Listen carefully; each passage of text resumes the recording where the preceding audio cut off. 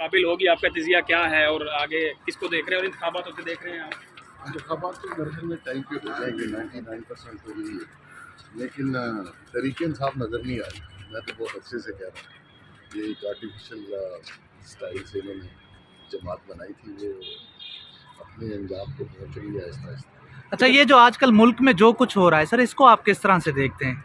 आप क्या बात करते हैं? मुल्क में तो सब ठीक है, क्या हो रहा है? सब ठीक है सर, जिस तरह से लोगों को उठाया जा रहा है। जो लोगों ने जो कुछ किया तो फिर इसी तरह ही होता है ना। अगर आप इतना वायलेंस रियासत के खिलाफ एक वॉर शुरू कर देंगे तो रियासत एक्ट तो करेगी। यानी सब जायज़ है?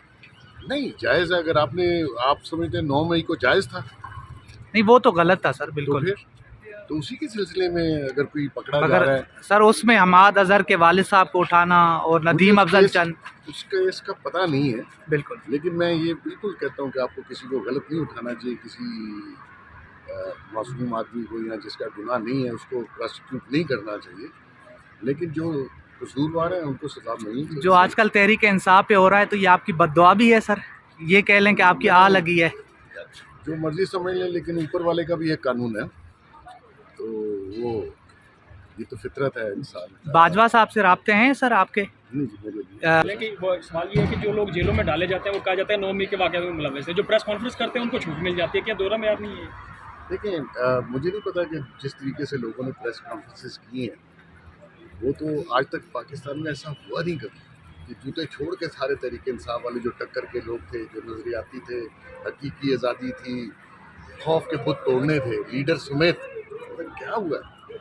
ये तो उनको सोचना चाहिए ना। आप पे बाकी लोगों पे जितने पॉलिटिकल लोग थे, लोगों ने 10-10 साल कैद काटी है, लोगों ने प्रेशर झेले हैं, तो ये तो मतलब रो भी रहे हैं और एक दौड़ लगी हुई प्रेस कॉन्फ्रेंस। ये दबाव नहीं होता अगर आप खुद गिल्टी हो, खुद बर्दाश्त ना कर सकें। मतलब आप देखें, इनके दौर में लोग 3-3 साल कैद रहे, ये 10 दिन कैद नहीं काट सके, तो इसमें क्या प्रेशर होगा? अच्छा सर, जहांगीर तरीन के बारे में बता दें कि क्या जहांगीर तरीन का जो सियासत के अंदर रोल होने जा रहा है, तो उसके अंदर आप क्या कहेंगे? मैं देखिए, वो क्योंकि सारे ये लोग पुराने पीटीआई के थे, अब एक जगह इकट्ठे हो रहे हैं, लेकिन मेरे ख्याल में इतना इजी नहीं है पार्टी बना के इलेक्शन में आना और जीत के एक pressure group banana.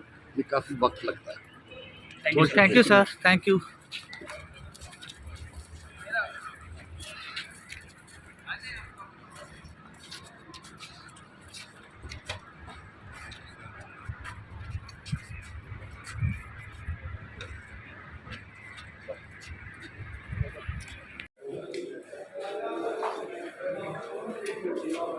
Thank you.